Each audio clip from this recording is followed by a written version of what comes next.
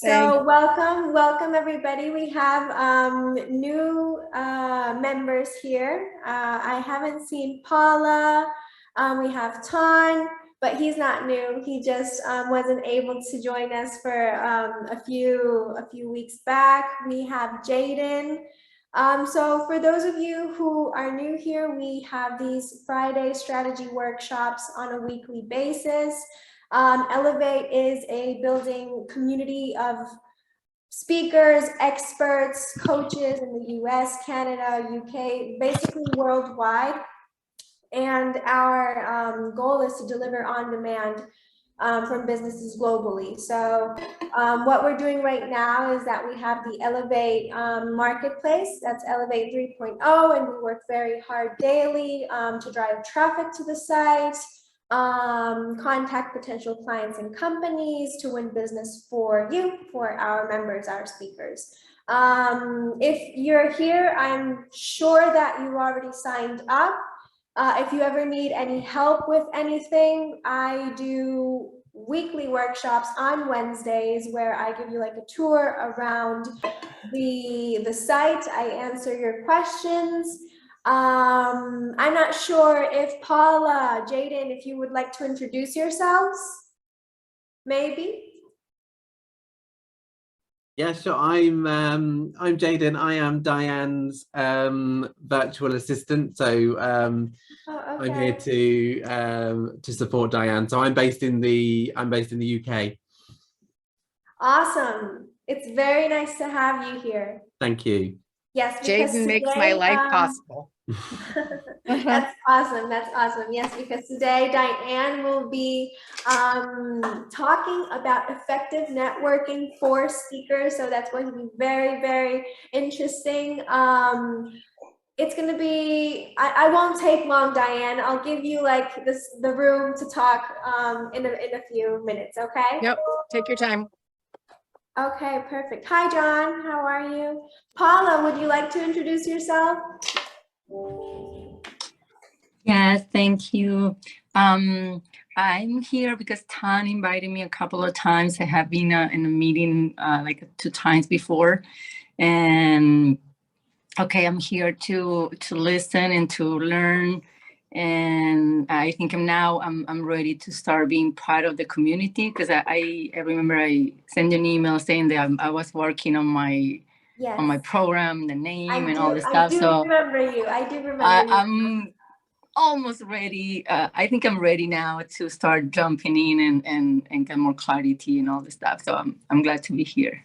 That sounds wonderful, Paula. Thank you for joining us. And again, if there's anything that I can help with, please let me know, okay? I will reach out to you. Thank you. Robert unfortunately won't be able to join us today. He is traveling, but I'm sure that he would be very happy to see all of you. He will be watching the replay. So hi, Robert. Also, other members, Frank and Annika, have let me know that they won't be able to join in. I think that who we've got here is who is going to be attending, so we can go ahead and get started with some updates. We're still working on Google Ad Search pilot with Bill, and Robert will be updating everybody once we start getting results. Robert also wanted to mention that the enterprise sales are producing results, and we've identified notable new business in the state of Florida. So we'll be accelerating our lead generation through the end of summer and fall. More updates on this next week. I hope Robert will have more news for us. In the meantime, I wanted to ask you guys to remember to follow our hashtag on LinkedIn. So it's #ElevateElite. I'll leave it in the chat right now.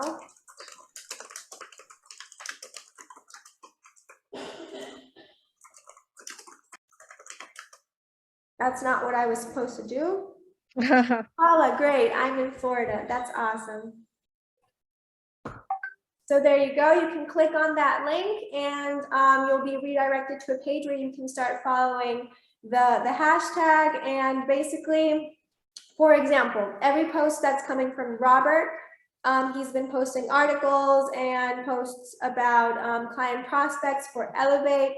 So keep an eye out for that. And if it's possible, please leave a comment, like, share, or support in any way. You know, we are a growing community, so every bit of support helps. And I've also been sending everybody an email notifying when these posts are made. Many of you mentioned that it makes your life easier. I'm not sure if I'm spamming you if you don't like to receive so many emails. So let me know right now your feedback about how you're feeling about that.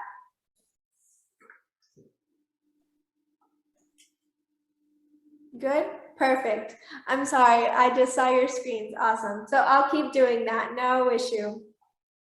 And what else did I have to mention? Give me 1 second. Oh, so we've also been very active on our Elevate page.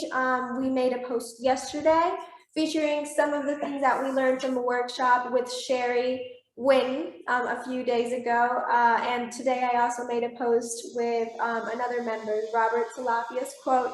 So I'll leave those in the chat box if you have the time and can go on and read, leave a comment, share. That would also be very helpful. And thank you in advance.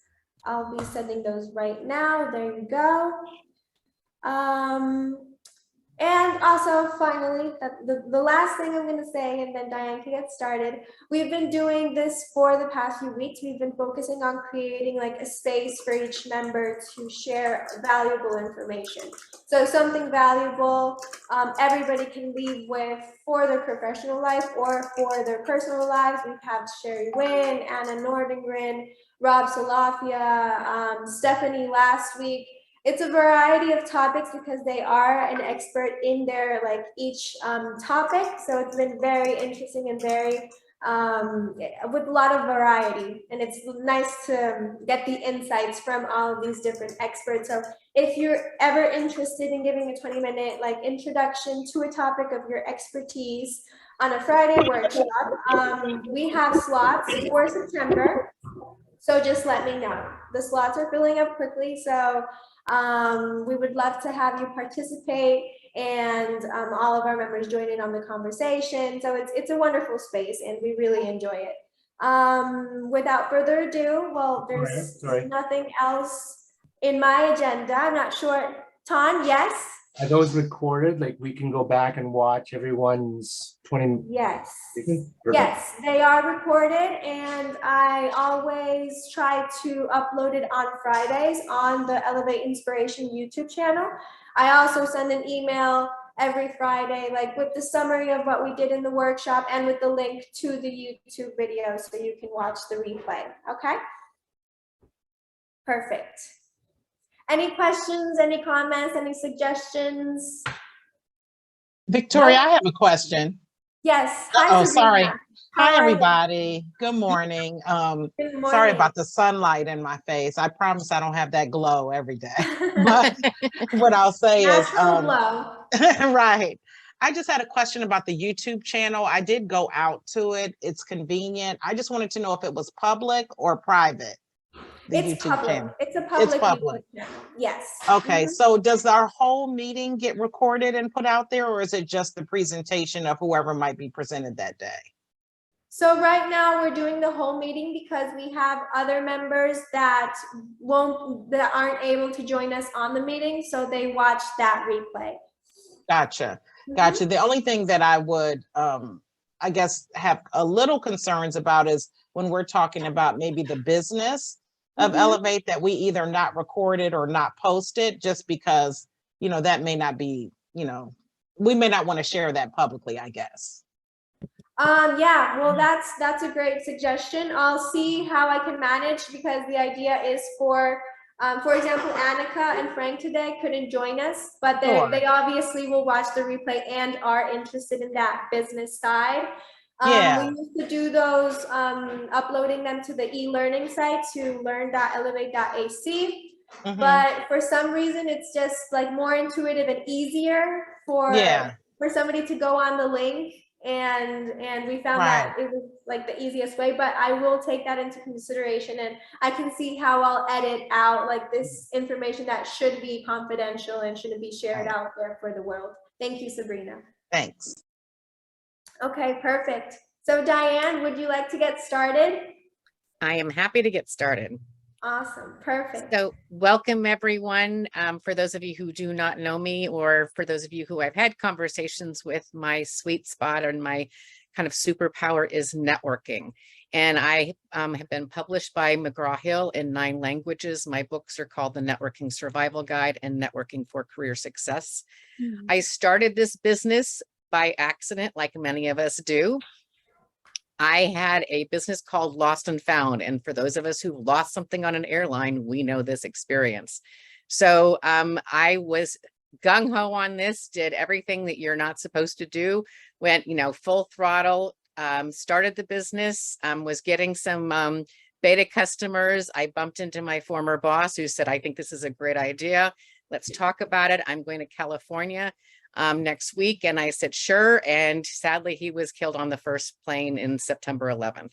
Oh my God. So my business literally went bust right away. I had about $50,000 in debt because it was all on my personal cards because I was just so positive that this was going to be a go. And about 2 weeks later, somebody said to me at a networking event, Diane, could you ever do a workshop about networking? And to be truthful, I was kind of insulted because I thought networking was creepy, sleazy, unbecoming of a human being. And I said, why would I do that? And she said, I think the other day someone told me that you introduced them to their roommate. And then somebody else said, oh yeah, and you introduced me to, the person who, hired me. You do great connections. Please teach this workshop. And so I said, give me 10 questions. I'm from Indiana. Those of you who remember David Letterman, I said, I'll do the Letterman top 10. And so I did 10 questions about networking. And someone in the back of the room said, what is your speaking fee? I'd like to hire you. That turned into somebody else telling somebody else who told somebody else. And I get a phone call clear out of the blue from the Wall Street Journal. Would you like to, I'd like to interview you about your workshops on networking. She says, I tell people in my career column to network, but no one has taught people how. I hear the nightmare stories, but I want to have somebody who can do the how. Fine. So the article appears in the Wall Street Journal, December 4th, 2001, less than 90 days after that tragic day in New York. My phone rings. The first phone call is, congratulations being in the Wall Street Journal. Would you like to buy a plaque? I'm like, God love the USA. There's always somebody calling you to sell something. Next phone call, and I'm not quite sure which of these two happened first, but it was NBC Nightly News saying, congratulations on your article. When's your next workshop? And I said, tonight. And they said, great, we'll send a film crew. And I thought, oh my gosh, I have to go home and change. Another phone call was McGraw-Hill saying, would you like to write a book? I'm an acquisitions editor. So networking is the way to get things done. Obviously, we need sales teams. We need all kinds of other things like that. But what I want to share with you is sort of some of my things that I do to inspire people to really, understand what networking is and why it's so important. So first of all, I'm going to share with you my definitions of networking, which is 1, it's building relationships before you need them. And 2, networking is the transference of trust. And we're trusting each other in this community. Some of us have seen other people each other speak and other people have not. But if we heard someone needs a speaker in Florida or somebody needs a speaker who's an athlete, we would know who to go to because we have that trust in each other. So I'm just going to walk you through a few slides of some things like that. And then I'm happy to have a conversation about all of this. All right, let me do my share and then I will do the slides because you don't need to see my other things here. Okay. All righty, so effective networking for speakers. One of the first things I'm going to invite you to do is to go to a bunch of events. And I have something called the weather report, which is whether or not you go. This is obviously a play on the word, the weather report if it's raining, or the weather report of whether or not you go. So the idea behind this is to encourage you to go to several events. And right now it's great and easy to do this with Zoom. I'm in my bare feet. I'm presenting with a cat on my lap. This is not something that I would be normally doing if we were in person. So I'm going to inspire you to go to a variety of events and pick things that may or may not be in your industry to do some connecting with different people. So first of all, I look at the host organization. Today we have, you know, Elevate and Victoria and Robert in absentia. Hello, Robert. And so we know that that's something that helped us prioritize. One of the things I also like about this is the attendees. The quality of the attendees in this group is terrific. And there's also not 5,000 people on here. So I'm going to encourage you to pick some events based on some of these qualifications. And Victoria, I'll send you the slides so you can share them with anybody as Perfect. well. Thank you very much. Absolutely. Networking. We're going to have some time for networking. And I hope, you know, at the end of this conversation, we're going to think about some different things. So we'll have some time for that. If we would want to do some, you know, breakout rooms, we could do that. That's not necessarily what we're going to do today, but part of it is to have that kind of be structured. Speakers, ideally you came because you wanted to hear some information on how to help you succeed. Sponsors. One of the things I do when I look at events is who is a sponsor? Is this somebody who I would potentially like to speak for?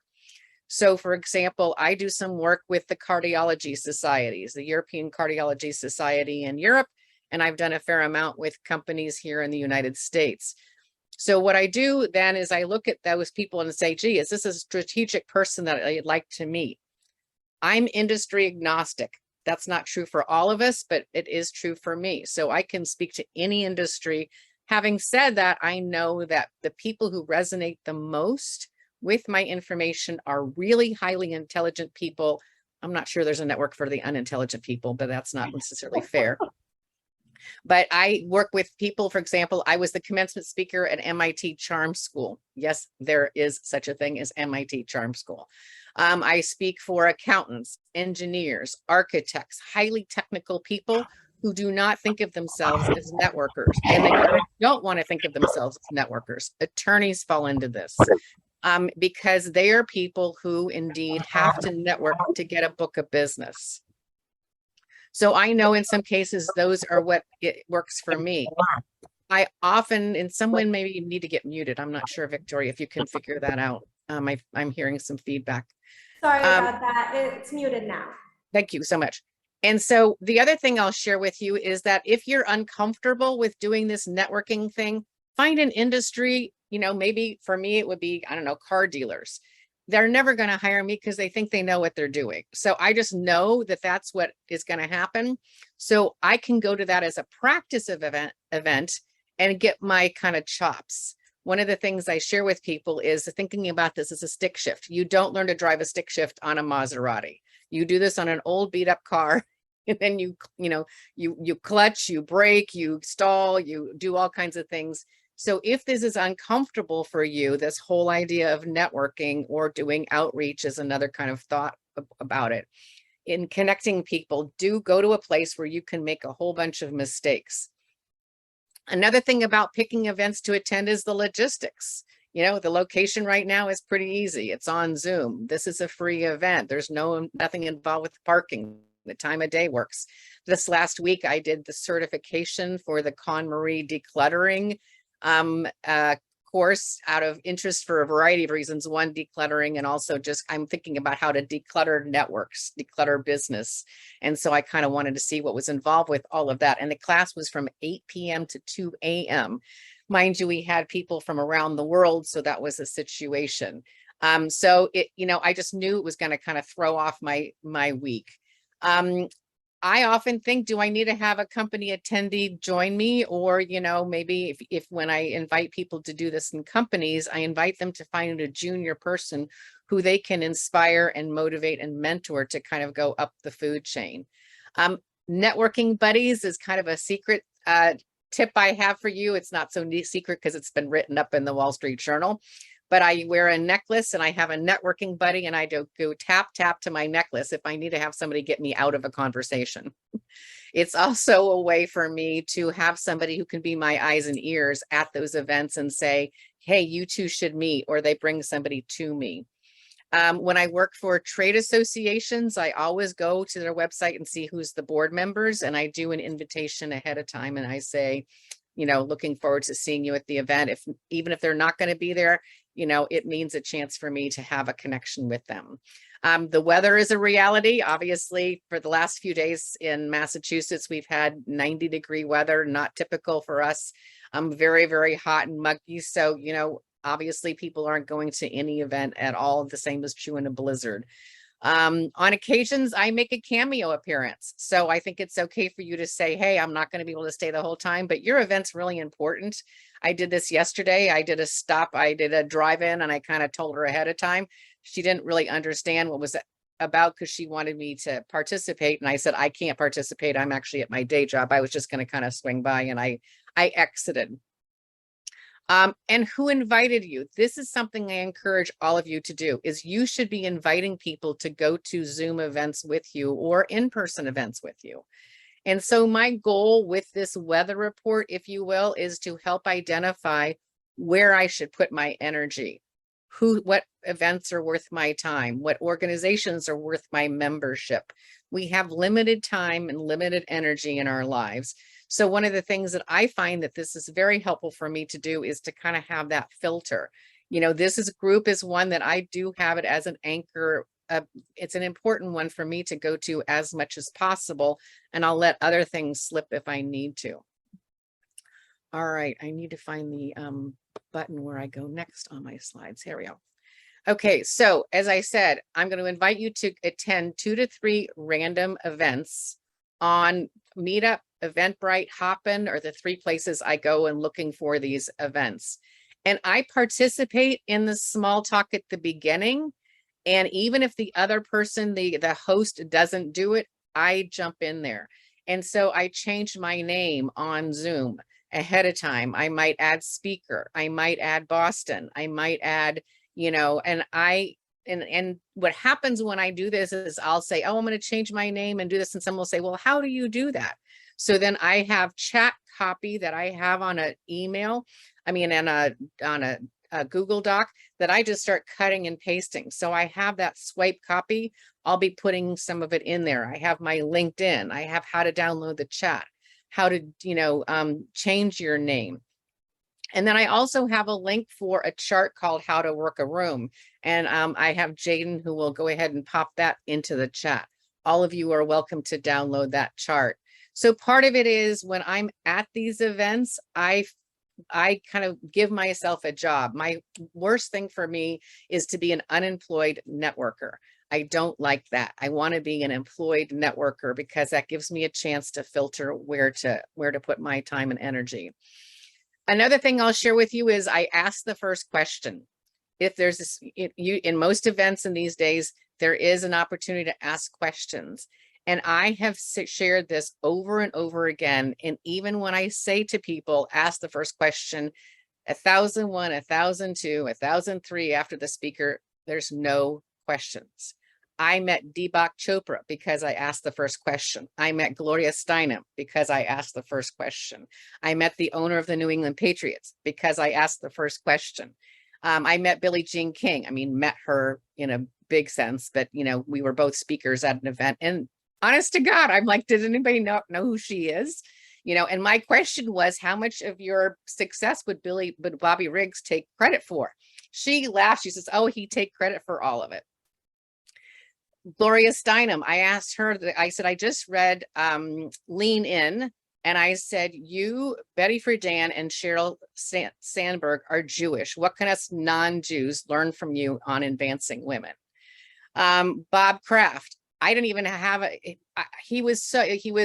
Patriots had just won their first Super Bowl. For those of you who are football fans, you may remember this time. They were a losing team over and over again. Switch coaches. And I said, how did you decide to hire? I had no question for him, but there were 800 people in the room and no one had a question. Now, in fairness, the room was full of Indian entrepreneurs. There's an organization globally called the Indus Entrepreneur. And I've attended it many times because I've been a speaker for them. And I was guessing what happened was that most people didn't understand football and no one wanted to ask the first question. So I'm in the back room. Mitt Romney, who was our governor at the time and later on ran for US president, was the keynote speaker ahead of Bob Kraft. They had to do a Secret Service sweep, sweep of the room. They asked no one to move. Kraft had given his talk, and he's looking around like, is my fly down? I just felt awful. So I raised my hand, and someone, they said, we'll bring you the microphone. Just give us a minute. I said, take your time. I had no question. I couldn't think of a question, but I thought I have to do something to rescue this man. And by the time the microphone came, I said, how did you decide to hire Bill Belichick, the coach? He'd been fired. He had some success, but what did you see? And he said, we had a cup of coffee and I just liked the guy. I thought, wow, that's the good way to start. I just like the guy. So ask the first question and be that person who breaks the ice. You get visibility in the whole room. And that's a tip I'll share with you. Another thing I'll share with you as far as, following up is there's a difference between persistence and stalking. And so what I do is I follow up 3 times and then I give it a break. What I do immediately when I get back from an event is I send everyone a LinkedIn invitation. I customize the invitation and I make sure it says something in there about where we just met or our conversation. I do these one-on-one. I don't use a bot or anything like that. Jaden doesn't even do it for me. At some point he might, but right now I do all of the invitations. And then what I do, and this is where Jaden and I are working on systems, and all of you are welcome to be in touch with Jaden. He is my elf of joy and he makes my life possible. But what we're working on right now is then a series to, it was nice to see you at the event. I say see you, not meet you, because I don't often remember everybody I've met. And then I'll say, I'd love to grab a 15 to 20-minute conversation and learn more about, your business. And then I schedule the call. And then at that point, I decide whether or not there's an opportunity or not. What I will share with you in the beginning is I used to think when I'm at these events, they have to be a meeting planner. They have to self-identify that they're going to be, they're hiring speakers, or it's not worth it. The woman who introduced me to the Wall Street Journal had just lost her job at a bank, and she was an unemployed, insignificant person at the moment, and yet she's the one who made the introduction. So I really encourage you to pay attention to your kind of looser connections or your second or third tier connections. You never ever know who those people meet. I've spoken several times for executive assistant groups, the International Association of Admin Professionals. Why? They work for executives. Executives trust them.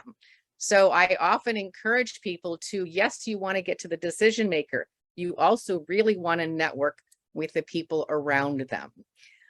One time I was at an event and I was the Ernst & Young Entrepreneur of the Year Awards. And I was a guest of a friend who had been a nominee before. Her husband couldn't attend at the last minute. She invited me, sure, what the heck. So the next thing I know, I'm at this cocktail party in California. All of the previous nominees are getting a picture taken of the women's group. And there's a man standing there. I'm like, well, bless his heart. He doesn't fit in because he's a guy at the women's cocktail party. I'll go say hello to him. My 2 magic words to start a conversation are tell me.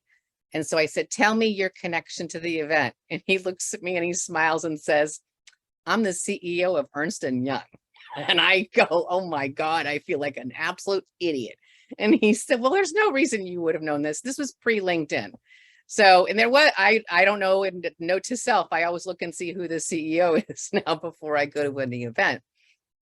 So what I said, could I follow up with you and learn about your career path? I'd love to understand a little bit more about, how you made it to be the CEO. He said, sure. The quick story is I went to Sunday school in St. Louis, and, I one time helped the treasurer count the money, and he said I was good at it and could I intern with him? And that got me into an accounting firm, and that went from there. And I said, wow, that's a pretty amazing story. I said, where did you go to high school? And he looked at me and smiled, because that's the question you ask people in St. Louis. And so he knew I understood part of his world. The next thing I know, I'm in his office in a private elevator going up to his office in downtown New York. He had just come back from Super Bowl. For those of you who are Super Bowl fans and memories, this was the Super Bowl with the wardrobe malfunction. And all of us at home were startled because we had a little bit of what we had seen. what he was seeing in the stadium was a streaker. And so he told me the whole story about a streaker. And again, this was I don't even know that Google was around at the time, but he'd share with me the behind the scenes. So we had all this kind of fun, but I was persistent in checking in with him. When I talked to his assistant, I mailed him a copy of my book. She said, he's away this weekend. I'm going to sneak and read the book while he's away. I said, I'll send you a copy. She said, you don't have to. Of course, I sent her an autographed copy of my book. So then I do a follow-up and say thank you at the end of it. And I obviously thanked my friend who took me to the event. So part of it is it's building this network of people who then look out for you. LinkedIn, I'm going to encourage you to add professional speaker to your title. I've done a fair amount of outreach to connect with meeting planners. And then I do this in the chat. Excuse me, I do this in the chat part. And then I say to them, if you were ever looking for a speaker, I'd love to be considered. And I also know a lot of speakers if I'm not a match. And that lets them know I'm not doing a hardcore sell. I'm saying to them, I look out to see how this is going to work for you. I'm also knowing that sometimes my topic, my title, I'm also saying I can do something virtually before the conference. I haven't had much success with this, but I'm working on this, saying, why don't you bring me in on Zoom ahead of time? Pre-pandemic, people would have thought I was crazy. But I said, let's do something ahead of time so everybody at the conference can meet each other ahead of time. So then when they actually go face to face in the conference, they're like, oh, you're the one I saw because you had the background of this, of the palm tree, or the speaker, your cat walkthrough or something like that. Definitely connect with association and event managers. Change your LinkedIn to creator mode, which means that you can add hashtags. It also means that you can add a video of you in your profile. It also means you can add a link to doing a downloadable file. And so I encourage you, when you do that downloadable file, and I'm happy to do a screen share, or we can do a LinkedIn session, Victoria, if you want to at some point for everybody, and we can do that as a separate session. But then you can have that for somebody to have that. All right, winding down here, have a CRM or a spreadsheet to stay in touch with people. If a CRM is more than you want to deal with right now, which stands for customer relationship management, and it's a little bit, to pull that together, have a spreadsheet. Jaden and I will share with you a spreadsheet that you can use. We've got a Google version and an Excel version. You're more than happy to use that to begin with. And then the last thing I'll share with you is that I always have a digested version of my book. I have a digested version of my book, and I put up a QR code, or I put that in the chat whenever I'm speaking or whenever I'm at events. And I do a fair amount of free speaking just because right now it's not a lot of a burden for me to do that. And it also is a way for me to get leads and make connections from there.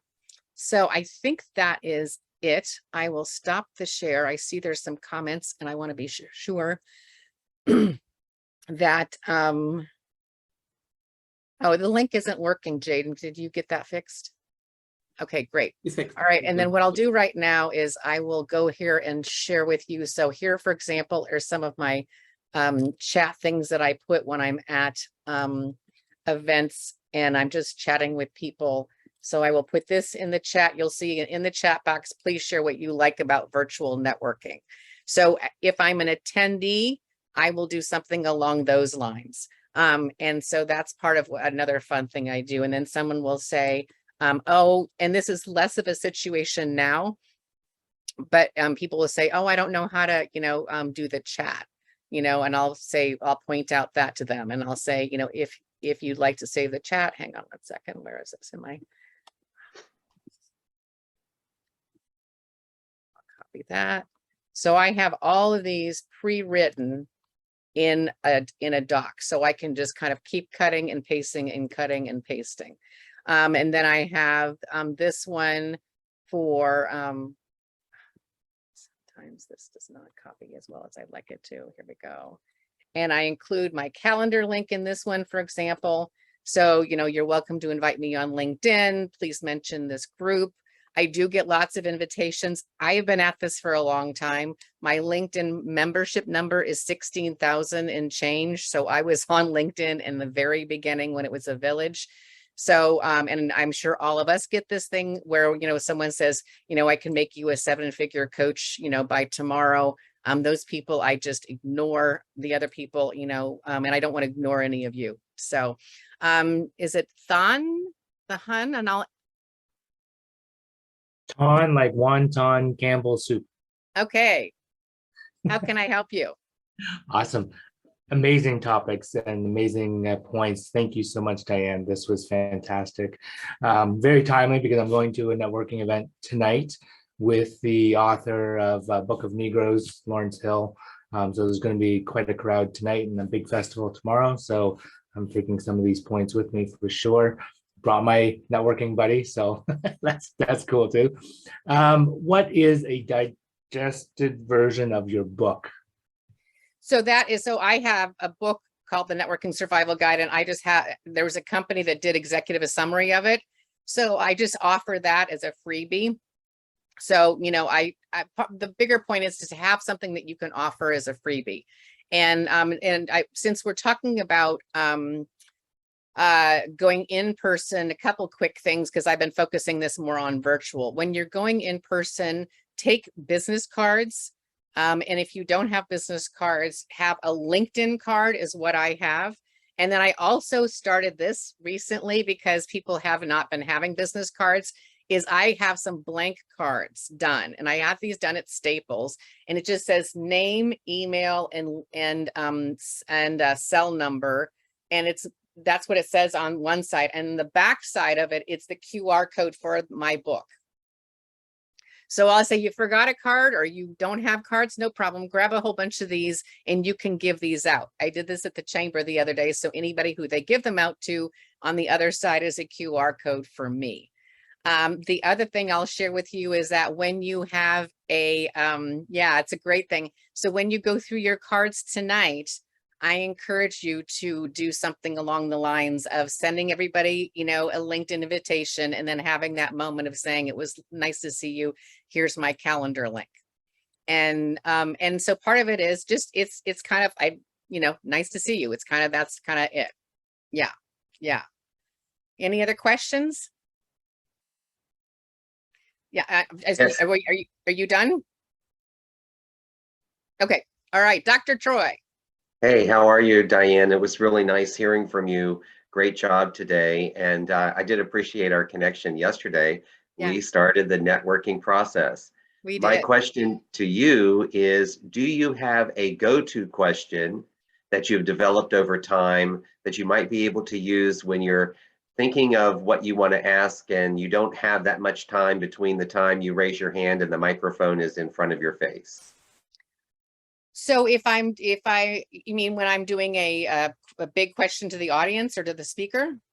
No, when you were the first one to raise your hand to ask the question, do you have a go-to, have you developed any kind of a go-to question that you might think of if you're not really sure? Just like when you talked about the Bill Belichick question, you had time to think between the time you raised your hand and they brought you the microphone.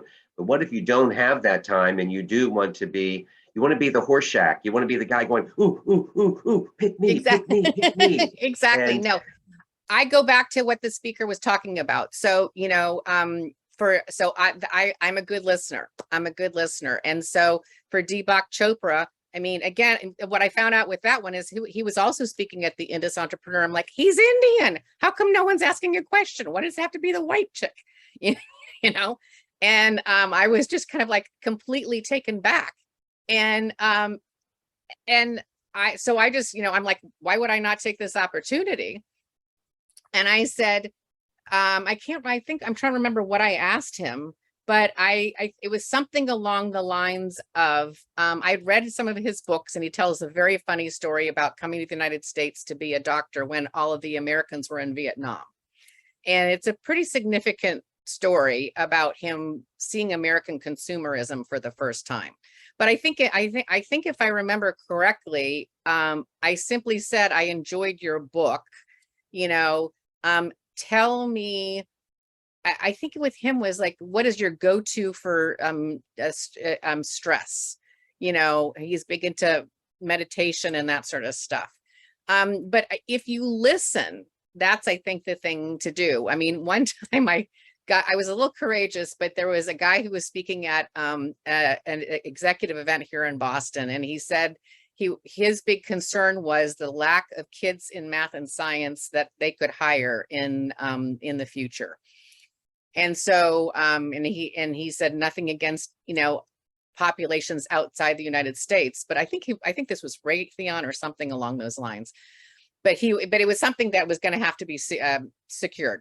You know, they were looking at people who were going to be working with, confidential military stuff. And he said, we have to hire Americans. We have to find people who are, you know, will honor this, you know, can do the security clearance. And he said, so we've decided to bring in baseball players to junior high school classes to get kids interested in math and science.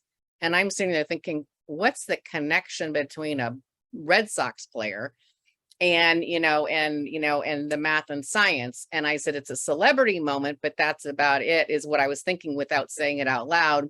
Then the more he talked, I got frustrated, because I also know, as a 7th grade girl, I'm never going to play for the Red Sox, you know? And so I was not the first question in this one. I just knew, because I was afraid I was going to be like a really angry chick in the room. So I had some other people answer questions, and I raised my hand. And in his introduction, it said what he liked to do in his spare time was make beer can chicken. And if people don't know what beer can chicken is, you take a beer can, you put it up the butt of the chicken, you put it on a grill, and the beer bubbles into the chicken. And I just had one for my birthday, and they're delicious. And so I was feeling so nervous about how I was going to ask this question. So I said, got an awkward question. And by the way, I'm a huge fan of beer can chicken. And he interrupts me, and he said, forget the beer. You should do Sauvignon Blanc with some lemon and dill. He's going on and on about his beer can chicken recipe. And I'm like, oh my gosh, even now I'm more nervous. And he said, and what was your question? I said, kudos for you for bringing in the Red Sox. I knew as a 7th grader girl that I was never going to play professional sports. I said, what are you doing for the girls who could be your mathematicians and be, your scientists in the future? And I forget what he said, to tell you the truth, but what happened was I had so many people tap me on the shoulder. I met so many men in the room who said, thank you for looking out for my daughter. Yeah, super, really nice. And the men could have asked the question. No father could have said, what are you doing for my daughter? And a whole bunch of people said, what the hell's beer can chicken? So, and real quick follow-up question to you is, so tell me how you might qualify this advice. And that is, if you have a specific topic that you speak on, or topic that you like for me individually, like something that I speak on, is it appropriate to ask the speaker to comment in a way in which I connect their message to what my message is? So I've asked a question that actually connects the two, not to put them on the spot, but to build a connection between what I do and what they do. Or is the best advice only to speak to what they do? I think it's a fine line between having that self-promotion moment and having, if you can connect it. Now, one thing I will say to you is that I think it's okay, and I think it's good to say something about yourself. So, and I have a dyslexic introduction, and we could do this a whole session. So I am dyslexic, but when I introduce myself, I don't say my name first.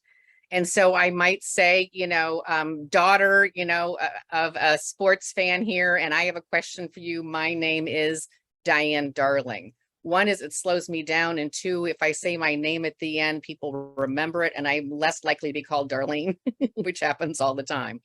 But one thing that I find is frustrating is that when someone asks a great question, then you don't know their name or anything about that. So I do like to say something about myself, and and then say my name, and then my question is. Thank you.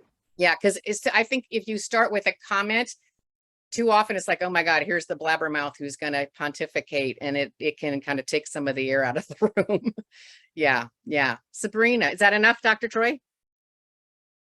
All right, I'm happy to talk to anybody one-on-one. Sabrina.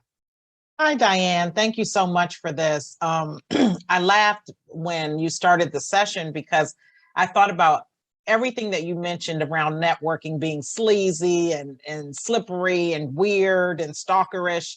I had all of those feelings, but really this last year, I have all the way stepped up my game. So a lot of the tips that you gave today, I took a lot of notes, but I have to shamelessly ask, can we get a copy of that executive summary of your book? Absolutely.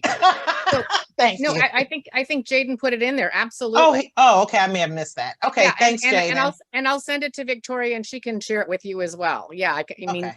so the executive summary, the reason why we do it as a link, truthfully, is then that's a lead magnet.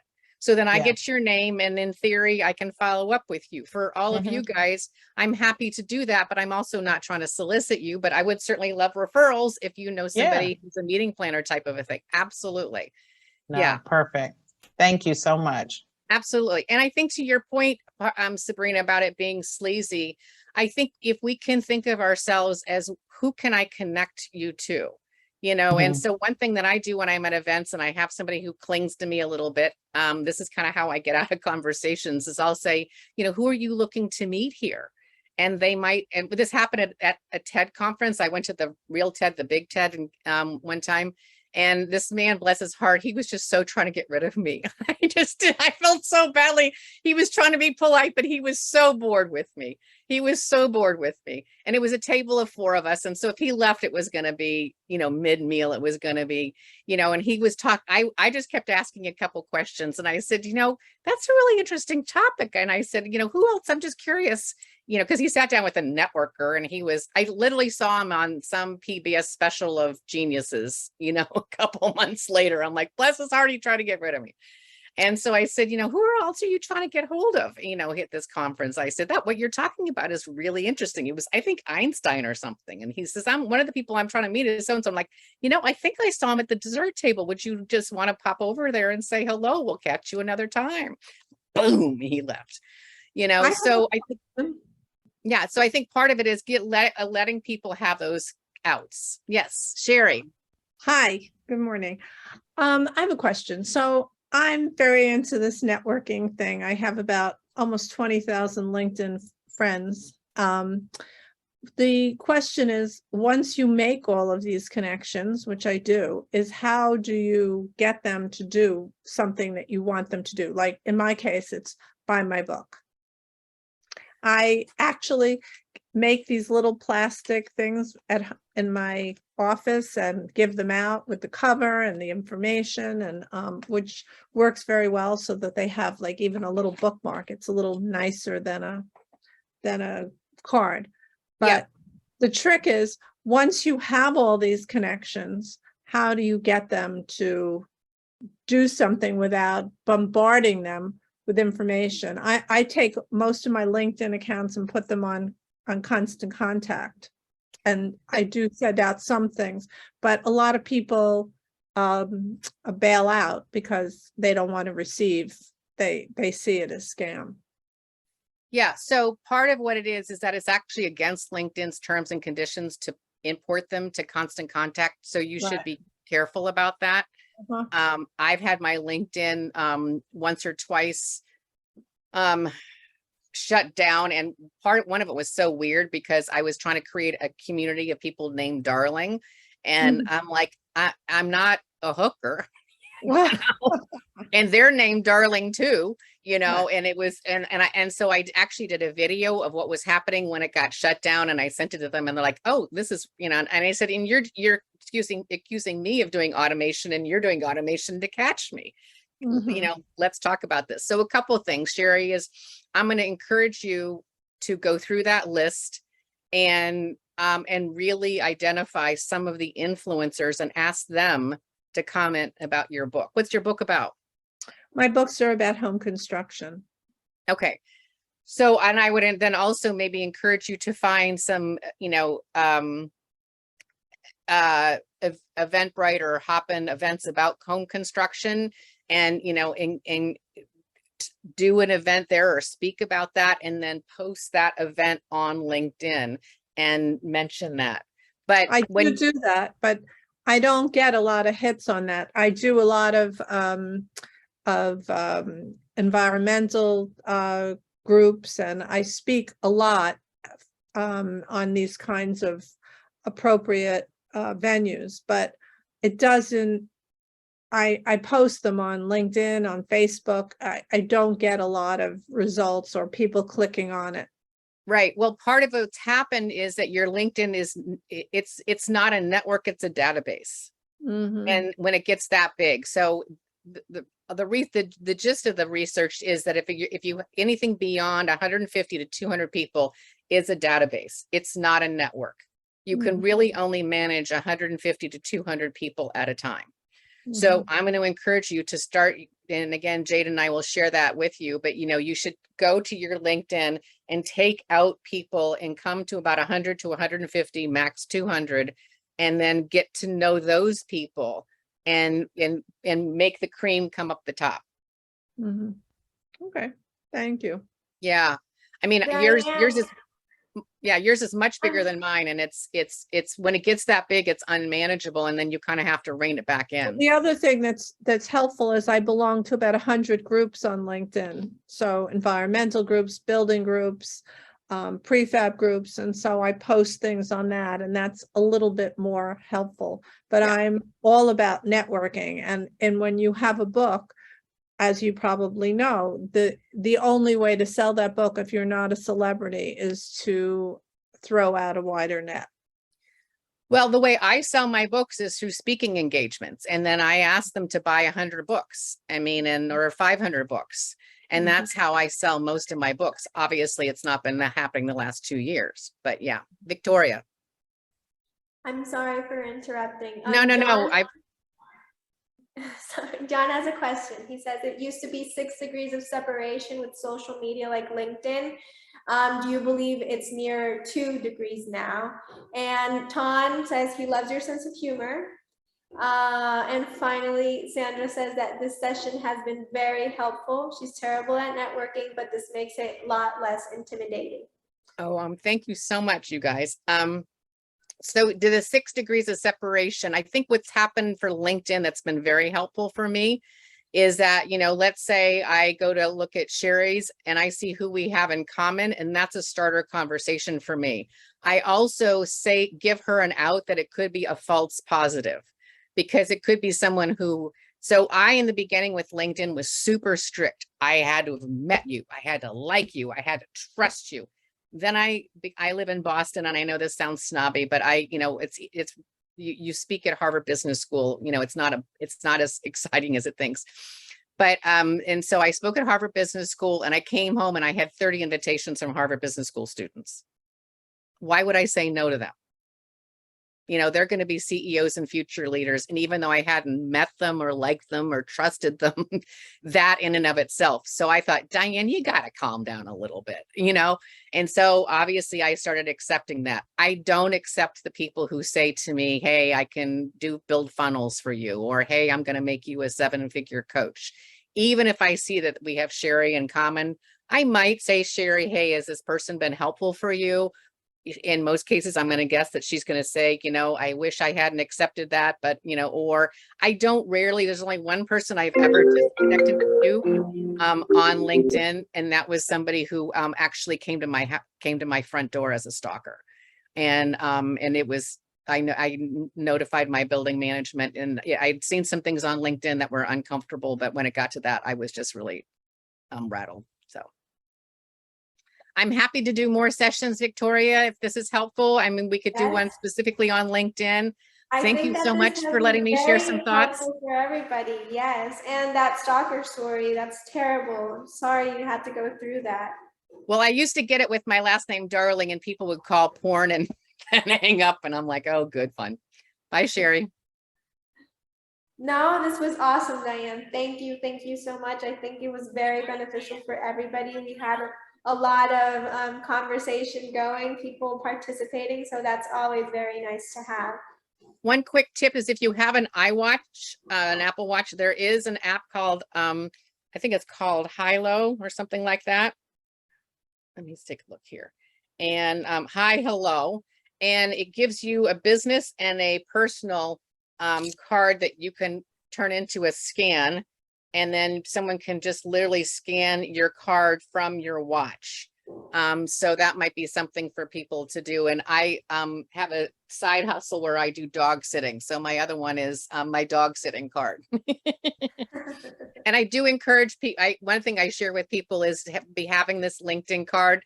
The quick story is there was an attorney who I said, you should have a LinkedIn card. You're talking about coaching your kids at soccer. You meet all kinds of people. And a couple of days later, he said, you know how you told me to get the LinkedIn card?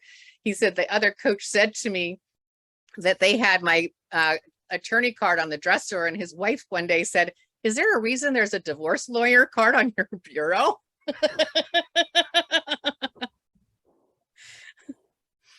So. Sabrina, is that what you mentioned earlier in the chat to create? Yes, it is. I was just going to okay. say, even for Androidians like me, the Hi app still works on your phone. So Okay. that's been tremendously useful. And LinkedIn has a QR thing now. They used to have a thing that let you know who was in the room. And unfortunately, they stopped that because that was kind of fun. But I still believe in business cards because you know, it's the tactile of remembering who you talk to. I use a card scanner and it scans. The CRM I use is called Zoho, and that's so it immediately goes into the Zoho. So. All right, then. I met someone who had one of those electronic business cards and like fanned out for like 10 minutes and still remember them just based on that moment. And also, Sabrina, love yourself, get an iPhone. That's all. Thank you. Thank you, everyone. It's been a pleasure. Thank you, everybody, for joining us. Hope to see everyone next week. It was very nice to have you all here. So everybody have a great weekend, and I send all you a virtual hug. Bye. Thanks, Victoria. Bye. Thanks for hosting. Bye. See you, Robert. Bye, Robert. Bye, Robert.